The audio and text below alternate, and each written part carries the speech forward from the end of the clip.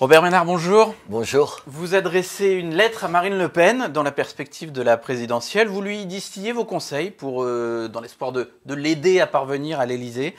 Si je devais résumer vos propos en 4 mots, ce serait un peu de sérieux ? Sur un certain nombre de terrains, oui, sur le terrain économique ou social, elle dit des choses qui ont ni queue ni tête. Donc, c'est pas parce que vous êtes soutien de quelqu'un que vous lui parlez pas franchement. La retraite à 60 ans, j'espère qu'elle va tourner la page, mais vous savez comme elle l'avait tournée sur l'Europe, où elle disait il faut sortir de l'Europe ou de l'euro.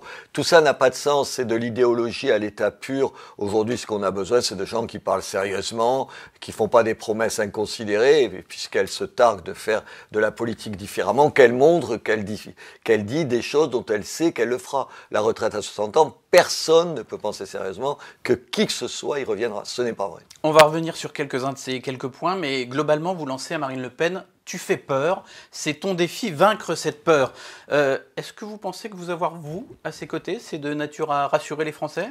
Je ne sais pas. Il faut leur demander aux Français. Je ne suis pas à ses côtés. Je ne suis pas dans son staff de campagne. Vous êtes clivant, comme disent les sondeurs. Oui, absolument. Mais clivant certainement. Mais je ne suis pas candidat à la présidentielle. Et j'espère juste lui expliquer à Marine sur un certain nombre de sujets, alors que ce que tu dis est majoritaire dans l'opinion, sur les questions d'immigration, d'autorité à l'école, que sais-je encore, de sécurité. Et pourtant, les gens hésitent à voter pour le courant d'idées que nous incarnons. C'est ça notre difficulté aujourd'hui. Il ne s'agit pas d'être plus radical, d'être des élus plus radicaux, mais au contraire de rassurer.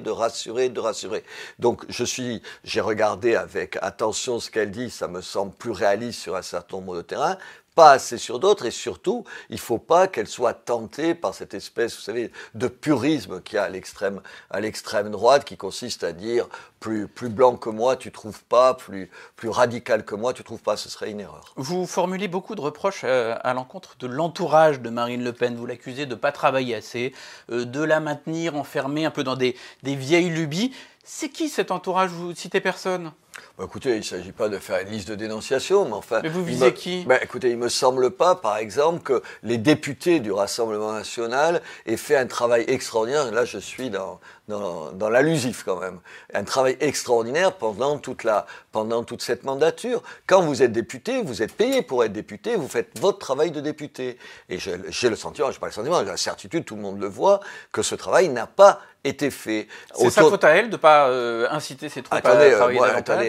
T'es député, tu sièges à l'Assemblée, tu es dans les débats la nuit et tu fais le travail quand il faut le faire. Puis autour d'elle, il y a un certain nombre de gens, peu importe qui ils sont, mais ils se reconnaîtront, qui sont des idéologues. Alors évidemment, elle les connaît, c'est ses potes depuis 20 ans, 30 ans et tout. Je comprends bien que c'est pas facile de se séparer d'eux. Mais aujourd'hui, si elle veut être chef de l'État, pas chef de parti, chef de l'État, c'est pas tout à fait la même chose, il faut absolument qu'elle soit capable de se dire, ces amis-là, il faut que je prenne mes distances avec eux. Elles viennent quitter son parti. Il ne faut pas que ça peut être un départ formel. Il faut que réellement elle ait une autre équipe avec d'autres gens autour d'elle si elle veut avoir une chance, et c'est pas gagné de l'emporter. Sur le fond, vous y avez déjà fait allusion, votre principale critique, c'est que Marine Le Pen porte un programme qui n'est pas réaliste. Retraite à 60 ans, immigration zéro, souverainisme sur des sujets sur lesquels la France n'est pas assez forte pour travailler toute seule, je pense à l'intelligence artificielle par exemple. Pour vous, c'est un programme d'opposition plus que de gouvernement? Mais oui, c'est une culture d'opposition. C'est-à-dire, il faut passer à une autre culture. Aujourd'hui, si on aspire à être le chef de l'État quand même d'un pays qui reste la 6e puissance du monde, il faut être capable, pas seulement de critiquer ce qui a été fait, et il y a matière à critiquer honnêtement, mais faire un certain nombre de propositions réalistes. Il faut être à la fois radical et réaliste. À la fois radical au sens de s'en prendre aux racines d'un certain nombre des problèmes dans notre pays, mais en même temps, il faut être réaliste. Je veux dire, quand vous entendez Madame Hidalgo dire qu'elle va doubler le salaire des enseignants, c'est d'une démagogie à toute épreuve. Quand vous entendez M. Barnier expliquer que, ah oui, quand même, la Cour européenne de justice ou la Cour européenne des droits de l'homme, c'est pas exactement extraordinaire, il faudrait prendre nos distances. Mais M. Barnier, vous avez été pendant 6 ans à la tête exactement des gens qui disaient le contraire. Voilà, alors je lui propose, enfin je lui suggère, elle fera ce qu'elle voudra, je ne suis pas dans son parti, donc pas obligé de m'écouter, de dire, voilà, demain je vais être chef de l'État parce que vous allez avoir avec moi, quelqu'un qui va faire ce qu'il dit et qui va faire des choses qu'on peut faire. Alors, première proposition de Marine Le Pen pour 2022, nationaliser les autoroutes, privatiser l'audiovisuel public. Ça part dans le bon sens pour vous? Mais écoutez, je trouve que comme ça, c'est plutôt intelligent de mettre les deux côte à côte. La nationalisation des autoroutes... Où est-ce qu'on trouve l'argent? Oui, c'est un des problèmes. Alors, est-ce qu'il faut attendre l'échéance de la concession? C'est une question. Mais dire implicitement qu'on a bradé les autoroutes à un moment donné, je crois que personne ne le conteste ça. Quant à privatiser l'audiovisuel, écoutez, moi je lui avais déjà proposé en 2014, parce qu'elle avait eu la gentillesse, ou je sais pas quoi, en tout cas de me le demander. Honnêtement, moi je suis même plus radical que ça. Vous voyez, de temps en temps, oui, je peux être clivant. Je pense qu'il y a un certain nombre d'aides à la presse, et pas seulement à l'audiovisuel public, qui, pour des gens comme vous qui êtes des libéraux, doivent vous choquer autant que moi. On comprend bien l'enjeu de crédibilité, mais si elle devait se recentrer encore, Marine Le Pen, elle a déjà fait des pas sur la sortie de l'euro, sur le remboursement de la dette, autant qu'elle se présente à la primaire des Républicains, non? Non, je ne crois pas que ce soit la même chose. Je vous rappelle que les Républicains, à la différence du Rassemblement national, ils ont été au pouvoir. Moi, je vais pas tout le temps faire un procès d'intention aux gens. Peut-être qu'ils ont changé aujourd'hui sur l'immigration. Vous entendez tous les Républicains, vous n'en revenez pas. Mais je vous rappelle qu'ils étaient au pouvoir il n'y a pas 200 ans. Hein. Et qu'est-ce qu'ils ont fait de tout ça? Pourquoi, quand ils sont au pouvoir, ils ne le font pas?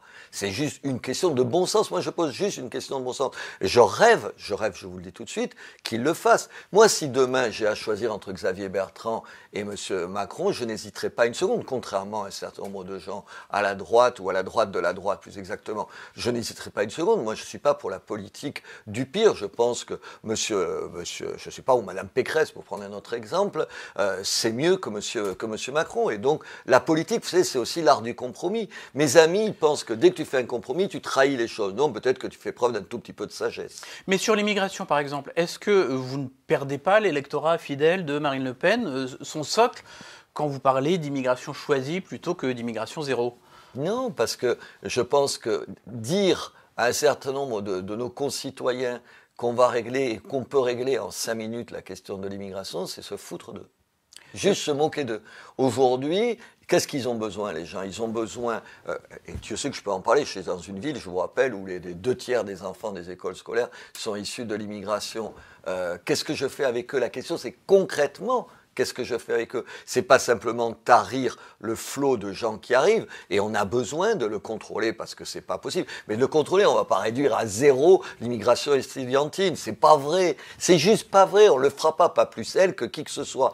Et en revanche, c'est se poser, on la diminue, cette arrivée de l'immigration, et deux, on se pose la question qu'un maire comme moi se pose tous les matins, c'est comment je fais de tous ces enfants de bons petits Français. C'est juste la bonne question. Comment je les respecte dans ce qu'ils sont, ils ont des spécificités, mais comment je leur fais aimer ce pays? C'est ça la vraie question. Et en même temps, est-ce que chaque pas dans cette direction, alors je ne sais pas comment il faut la qualifier, centriste, réaliste, c'est pas un peu d'espace laissé à Éric Zemmour, par exemple, qu'on entend beaucoup en ce moment? Oui, sûrement, mais est-ce que la politique, c'est gérer un pactole électoral? Est-ce que la politique, c'est gérer telle ou telle partie de la population? Quand je vois comment la droite a hésité à emboîter le pas du chef de l'État sur l'affaire du pass sanitaire, alors que c'est évidemment la seule solution aujourd'hui pour essayer de revivre normalement, honnêtement, ça ressemble à de la démagogie. J'avais l'impression, vous savez, on allait voir ce que disaient les sondages avant de prendre position. Là encore, peut-être que faire de la politique, tout à l'heure, vous disiez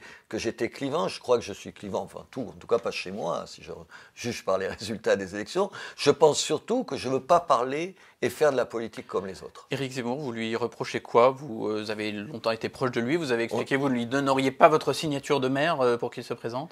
Je suis ami avec Éric et on s'est encore échangé des SMS la semaine dernière pour dire qu'on ne voulait pas que ça entame cette amitié qu'on a. Je ne mélange pas la politique et l'amitié. J'ai de l'estime, de l'admiration pour ce qu'il est, pour sa culture. Je lui trouve beaucoup de talent. Tous les journalistes n'ont pas ce talent-là et je n'ai jamais eu le talent d'Éric. Et vous craignez quoi? Qu'il soit le meilleur agent de reconduction l'élection d'Emmanuel Macron dans un an? J'ai peur qu'alors que j'espérais je ne suis pas favorable à cette division, j'ai toujours été favorable à l'union des droites. Vous me direz que j'y arrive pas beaucoup, mais ça vous avez raison. Je pensais qu'il pouvait, vous savez, une espèce de passerelle quand même entre la droite de la droite, pour pas dire l'extrême droite, et la droite de gouvernement. Là, j'ai l'impression que les prises de position d'Éric en ce moment, elles le situent encore plus à droite que Marine Le Pen. Je pense encore une fois qu'aujourd'hui, on n'a pas besoin de ça, on n'a pas besoin d'inquiéter les gens, on a besoin de les rassurer. Il faut leur dire, contrairement à ce que laisse entendre le gouvernement ou la gauche, si jamais demain on gagne, ce ne sera pas l'insurrection dans les banlieues, ce ne sera pas la grève nationale dans l'éducation nationale et ce ne sera pas la banqueroute pour la France. C'est de ça dont il s'agit, de les rassurer pour leur dire, oui, on est une véritable alternative et une alternative réaliste, une alternative qui peut diriger ce pays. Elle vous a répondu, Marine Le Pen? Mais écoutez, j'ai eu juste la délicatesse de lui faire lire avant, figurez-vous, j'écris pas aux gens une lettre, je ne la rends pas publique sans la lui montrer. On a eu une discussion sur un mot où elle avait raison. Voilà, et non, elle n'était pas contente, enthousiaste, je peux pas vous dire que ça lui a fait plaisir, mais j'ai dit, Marine, moi je ne suis pas ton fan club, je suis très critique par rapport à toi, mais je dis que malgré toutes ces critiques, j'appelle et je voterai pour toi. C'est mieux. Vous lui écrivez, je souhaite te voir gagner, mais on se demande si vous y croyez vraiment. Mais ce sera difficile, je ne vais pas faire de la langue de bois ici, c'est pas évident. Aujourd'hui, le mieux placé, ça reste Emmanuel Macron, mais la faute à la droite, si elle était un peu plus intelligente, un peu moins divisée, si elle disait au fond deux choses, c'est pour ça que je voulais réunir Marine Le Pen et Éric à Béziers, parce que je les connais tous les deux et qu'on aurait pu, autour d'une table, dire quoi? Au fond, deux choses. Un, on ne s'insulte pas. Et on n'en est pas loin dans les entourages, et on ne dit pas de choses, vous savez, qui sont irréparables, qui font qu'après tu ne te parles plus. Et deux, toute la droite devrait dire, je voterai pour celui qui sera en tête, en tête. Honnêtement, il y a beaucoup de différences entre Marine Le Pen, Éric Ciotti et moi-même. Aucune. Aucune, quasiment aucune. Peut-être sur les questions économiques, et encore avec Éric Ciotti, j'ai aucune différence. On peut peut-être s'entendre pour dire celui qui est le mieux placé, c'est celui qu'on défendra. Merci beaucoup, Robert Ménard. Merci à vous.